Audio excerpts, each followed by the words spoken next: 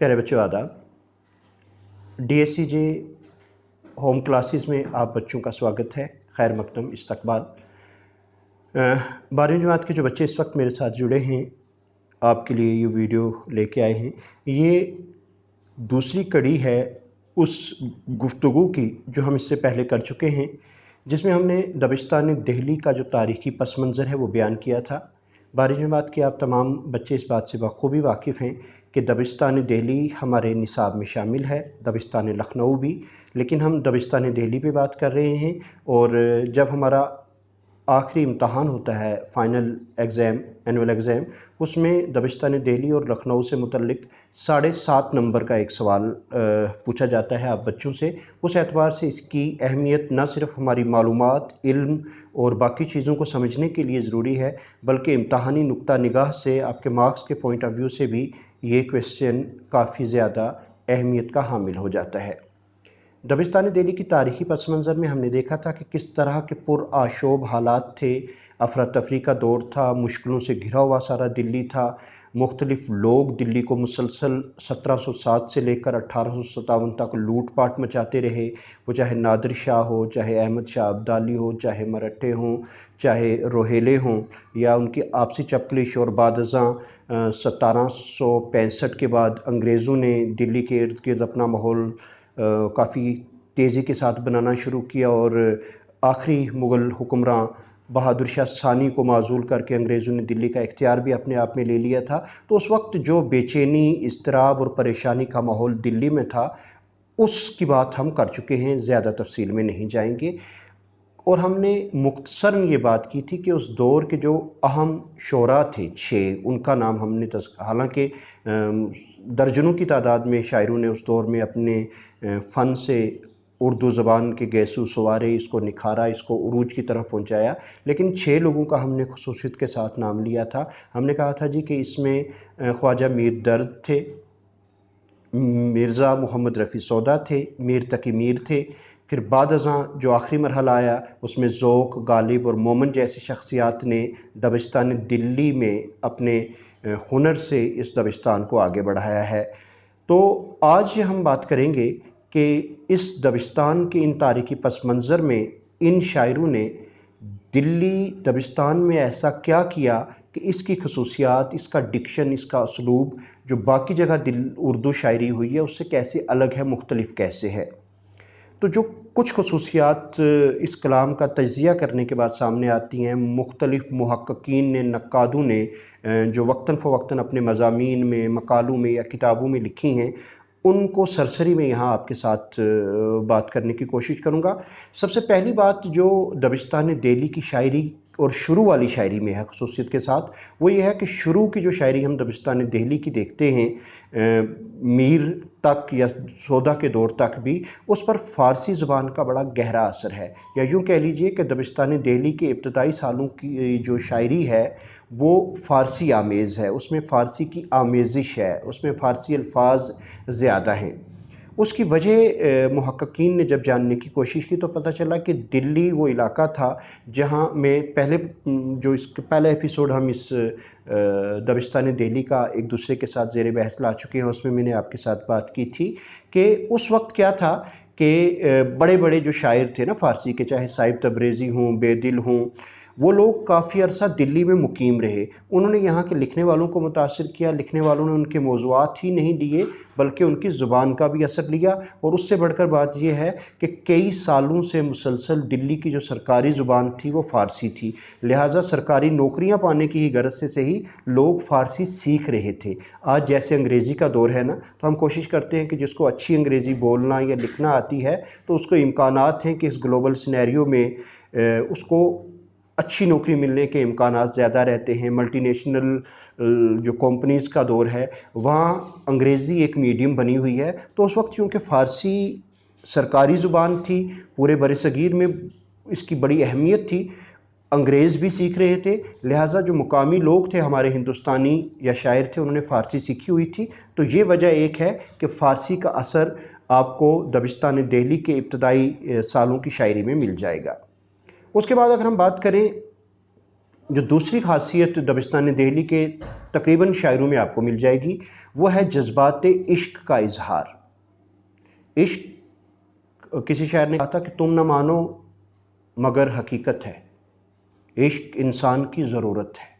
अब इश्क से मुराद अक्सर नेगेटिविटी ही ली जाती है या सिर्फ वो रिश्ता माना जाता है जो एक मर्द और औरत के दरमियान है, लेकिन इश्क इससे बढ़कर है। और आप बच्चे जो इससे पहले 10वीं 11वीं में पढ़ के आए हैं, हम अगर अपनी क्लासिक की शायरी, तो उसमें हमने देखा है कि इश्क हकीकी और इश्क मजाजी दोनों साथ साथ चलते हैं।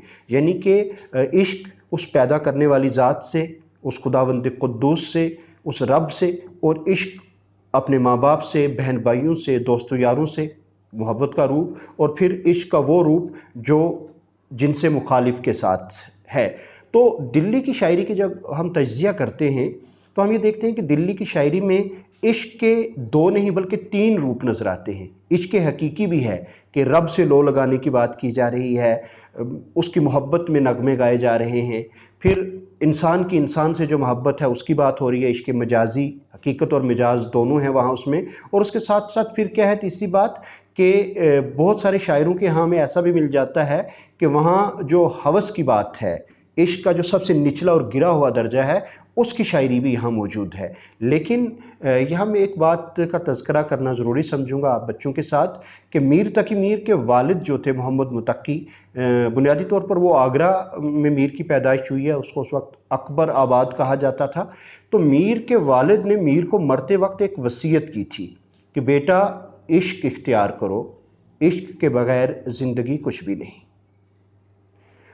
लेकिन वो इश्क ये दुनियादारी वाला नहीं था, वो ये था कि खुदा से इश्क किया जाए और खुदा का ही रूप उसकी तमाम मखलूक है, तो लिहाजा उससे भी इश्क किया जाए। तो मीर ने अपने वालिद की ये नसीहत अपने पल्ले बांध ली और मीर की शायरी इस इश्क के जज्बात से, वो चाहे इश्क हकीकी हों और चाहे इश्क मजाजी हों, दिल्ली के दबिस्तान की हम बात कर रहे हैं, वो भरी हुई मिलती है। मीर का एक शेर था कि इश्क मजाजी के हवाले से कि उसके क्या असरात हो सकते हैं। मीर कहते हैं कि फिरते हैं मीर ख्वार कोई पूछता नहीं, फिरते हैं मीर ख्वार कोई पूछता नहीं, इस आशिकी में इज़्ज़त सादात भी गई। मीर तकी मीर सैयद थे, और आप बच्चे ये भी जानते हैं कि जिस शख्स के नाम से पहले मीर आए, जो कायदा है वो सैयद है, तभी वो अपने नाम के साथ मीर लगा सकता है। और हमारे यहाँ जो अब ज़ात वाला तस्वर है कि इसकी ज़ात मीर है, तो वो ज़रूरी होता है कि वो नाम के बाद लगाई जाए। लेकिन आजकल उलट भी हो रहा है, खैर हम उस बहस में नहीं जाएंगे। और जो लफ्ज़ मीर है ये इस के लिए मखसूस है कि जो सैयदज़ादा हो वही अपने नाम के पहले लगाएगा। तो मीर मोहम्मद तकी तखल्लुस भी मीर करते थे। उनका एक शेर मैंने आपको सुनाया।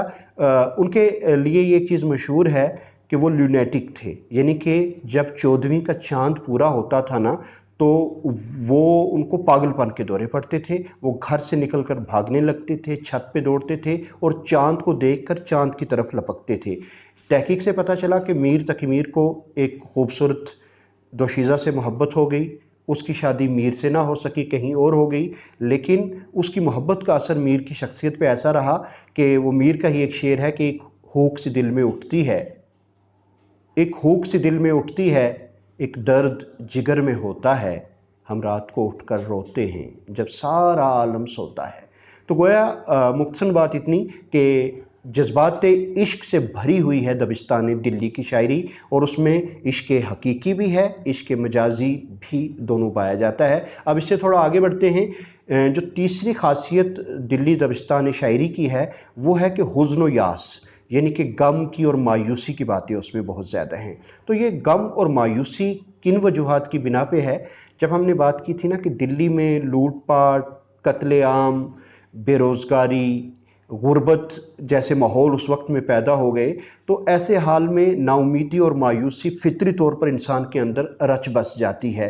तो अगर हम दिल्ली के उस दौर की शायरी देखें, खुसूसन वो दौर जो 1750 से 1850 के बीच का है, उसमें रंजो गम की बातें बेशुमार हमें दिल्ली के तकरीबन हर शायर के यहाँ मिल जाती हैं। एक और ख़ासियत दबिस्तान दिल्ली की है, वो है तसव्वुफ़। तसव्वुफ़ के भी 2 पहलू हैं। تصوف یعنی کہ صوفیزم جسے عام طور پر اگر ہم عام لوگوں کو سمجھانے کی بات کریں تو وہ دو روپ لے کے آتا ہے، ایک ہے وحدت الوجود اور ایک ہے وحدت الشہود۔ وحدت الوجود یہ کہتا ہے کہ سب کچھ خدا ہے، کہ جو جو چیز اس سنسار میں موجود ہے، اور جس طرح کبیر جی نے کہا تھا کہ اول اللہ نور پایا قدرت کے سب بندے، ایک نور تے سب جگ اپجیا کون بھلے کو مندے۔ وہ کہتے ہیں کہ ایک ہی نور کا یہ پرتو ہے۔ اس سلسلے میں ایک شعر بڑا مشہور ہے بچوں، ہمارے نصاب میں بھی شامل تھا پچھلی جماعتوں میں، مرزا محمد رفیع سودا کا۔ مرزا محمد رفیع سودا نے کہا تھا کہ ہر رنگ میں شرار ہے تیرے ظہور کا، ہر رنگ میں شرار ہے تیرے ظہور کا، موسیٰ نہیں جو سیر کروں کوہ طور کا۔ کہ اے رب تیرا نور تو ہر چیز میں جھلکتا ہے، مجھے موسیٰ کی طرح تجھے دیکھنے کے لیے طور پہاڑ پہ جانے کی ضرورت نہیں۔ اس کی تفصیل میں اپنے تلمیح والا جو لیسن ہے جو آپ چینل پہ دیکھ بھی سکتے ہیں اس میں دے چکا ہوں، وہ کیا تھا۔ تو دلی کی جو شاعری ہے اس میں تصوف ہے، اور اس دور میں ایک بات کہی جاتی تھی کہ تصوف برائے شعر گفتن خوب است۔ یہ فارسی کا ایک مصرع ہے کہ شعر کہنے کے لیے تصور بہترین چیز ہے، تصوف بہترین چیز ہے۔ تو اس وجہ اس بات کے دیکھا دیکھی بہت سارے لوگوں نے تصوف کی شاعری جو ہے وہ دلی میں کی، یعنی کہ معرفت کی بات کرنے کی کوشش کی، ایسی باتیں کی کہ جن کے ذریعے ہم اس دنیا کی تخلیق کی وجہ کو جان سکیں کہ اس دنیا کا پیدا کرنے والا کون ہے۔ اگر اس نے پیدا کیا تو کیا صرف اس لیے پیدا کیا کہ ہم آئیں کھائیں پئیں سوئیں مر جائیں اور دنیا اسی طرح چلتی رہے، یا اس کے پیچھے کوئی اور وجہ ہے؟ وہ خالق حقیقی کی اس پورے سنسار کو، اس کائنات کو رچنے کی کیا وجہ ہے؟ وہ ایک بنیادی موضوع ہے تصوف کا، جو یہ کہتا ہے ایک پہلو وحدت الوجود کہ سب ایک وجود کا حصہ ہیں، اور دوسرا یہ کہتا ہے کہ وحدت الشہود یعنی کہ جب سورج نمایاں ہوتا ہے تو ستارے مٹ نہیں جاتے لیکن اس کی روشنی میں ضم ہو جاتے ہیں۔ جب پانی کا ایک قطرہ دریا میں ملتا ہے وہ پانی کا قطرہ نہیں رہتا بلکہ دریا کا حصہ ہو جاتا ہے۔ بہرحال تصوف ایک وسیع موضوع ہے، اس پہ ہم یقیناً بات کریں گے کبھی، لیکن یہاں آپ اتنا یاد رکھ لیجئے کہ تصوف دبستان دلی کی خصوصیات میں سے ایک بڑی خصوصیت ہے۔ غالب تک یہ بات چلی، ایسا نہیں کہ شروع میں 1730 یا 40 کے آس پاس یہ بات ہوئی، اس سے 120-30 سال بعد تک جب غالب رہے، 1857 کے غدر کی انہوں نے باتیں کی۔ غالب کا ایک بڑا مشہور شعر ہے جو تصوف کے حوالے سے ہی جس کو کوٹ کیا جاتا ہے، وہ کہتے ہیں نہ تھا کچھ تو خدا تھا، کچھ نہ ہوتا تو خدا ہوتا، نہ تھا کچھ تو خدا تھا، کچھ نہ ہوتا تو خدا ہوتا، ڈبویا مجھ کو ہونے نے، نہ ہوتا میں تو کیا ہوتا۔ تو گویا تصوف میر، درد، اور خصوصاً درد تصوف کے بڑے شاعر مانے جاتے ہیں، سودا، اور وہاں سے یہ سلسلہ چلتا چلتا غالب تک پہنچا، اور تصوف بھرپور روپ میں دلی کے دبستان میں ہمیں موجود ملتا ہے۔ اس کے علاوہ بات ہے کہ رمز و اشارہ، یعنی کہ باتیں وضاحت کے ساتھ نہیں کی جاتی، صرف ایک اشارہ کر دیا جاتا ہے اور اس کے اندر ہزارہا معنی چھپے ہوئے ہوتے ہیں، یعنی کہ جو شعری صنعتیں ہیں، ترکیبیں ہیں، جو معنی خیزی ہے، یہ بھی دلی کی شاعری کی ایک خاصیت ہے۔ پھر ایک بات اور ہے داخلیت۔ داخلیت اور خارجیت آپ سمجھتے ہیں نا، داخل ہوتی ہے اندر کی بات، آپ کے جذبات کی بات، آپ کی فیلنگ کی بات، خارجیت دنیا کی چیزوں کی بات، پھول کتنا خوبصورت ہے، اس کے بال کتنے لمبے ہیں، اس کی چال کیسی ہے، اس طرح کی باتیں۔ لیکن داخلی کیفیت، آپ کے جذبات کیا ہیں، آپ کے احساسات کیا ہیں، آپ پر کیا گزرتی ہے، آپ کسی کو دکھ میں دیکھ کر کیا محسوس کرتے ہیں، آپ جب خود رنجیدہ ہوتے ہیں تو دنیا پہ غور کرتے ہیں یا نہیں۔ تو یہ داخلیت کی باتیں دلی دبستان شاعری کی خصوصیات ہیں۔ یہاں ایسا نہیں ہے کہ خارجیت بالکل نہیں ہے، خارجیت کی باتیں ہوئی ہیں، لیکن جب ہم موازنہ کرتے ہیں نا، پرکھتے ہیں، تو ہمیں وہ پلڑا کافی بھاری نظر آتا ہے جس میں داخلیت کی باتیں ہیں۔ پھر اس کے بعد واقعیت اور جو حقیقت نگاری ہے کہ جو سچائی ہے، اس میں ایسا نہیں ہے کہ شاعری بنیادی طور پر مانا جاتا ہے مبالغہ ہے، صرف تصور ہے، صرف امیجینیشن ہے، حالانکہ ایسا بھی نہیں ہے۔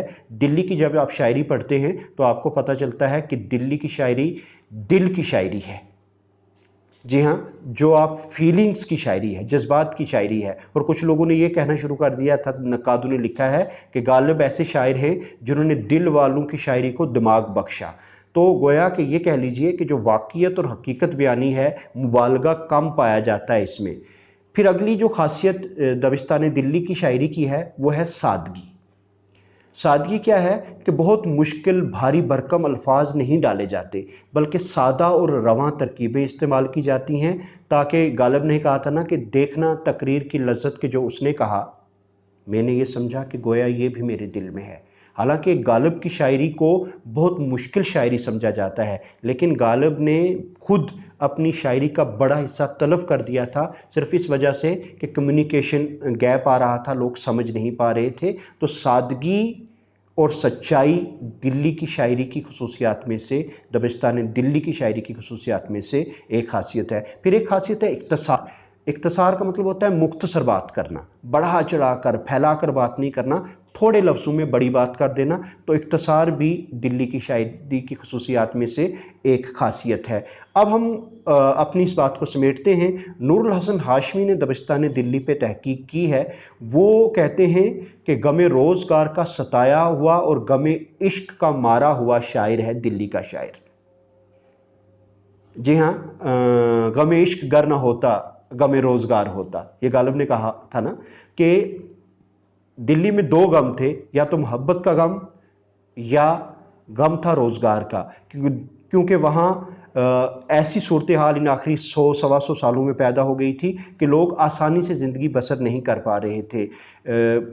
بادشاہ تک کو دوسروں کی طرف دیکھنا پڑتا تھا کہ وہ اس کو پینشن دیتے تھے تو وہ ان کے سہارے پہ جیتا تھا۔ تو کہنے سے غرض یہ ہے کہ ان سارے پس منظر کے بیچ دلی میں جو شاعری ہوئی اس کی کچھ خصوصیات آپ کے ساتھ زیر بحث لائی ہیں۔ آئندہ ہم دبستان لکھنؤ کی بات کریں گے، اور پھر اس کے بعد اگلے لیسن میں ہم بات کریں گے، ان دونوں دبستانوں کا موازنہ کریں گے، کمپیریزن کریں گے کہ دبستان دلی کیا ہے، دبستان لکھنؤ کیا ہے، اور ان دونوں دبستانوں سے ہماری ہندوستانی شاعری کو، ادب کو کتنا فائدہ ہوا۔ آج کے لیسن کو یہیں اختتام کرتے ہیں، کل آپ کے ساتھ پھر بات ہوگی۔ اس وقت تک کے لیے اپنا خیال رکھیے۔